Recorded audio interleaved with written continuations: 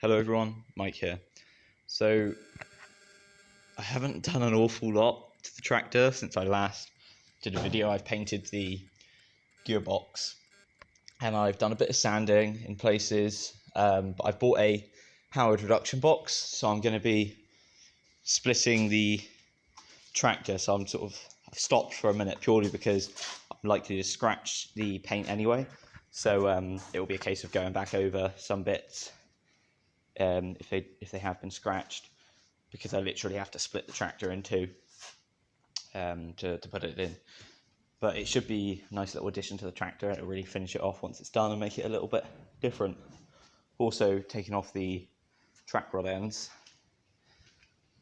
But other than that, I haven't made much progress really. I've been tinkering with the FF30 because the hydraulics weren't working on it, so I had to take it all apart, and basically the control valve was stuck, which is a common thing for T20s that have done loader work, and it was all bent, so I've replaced that now, and hydraulics are working good on that, so that's why I haven't made a whole lot of progress on this, but hopefully I will soon. Just all the fiddly bits really on the engine. I have been putting it off really and doing other projects, but once I get going with that, I'll probably do the whole chunk of it in one go, hopefully.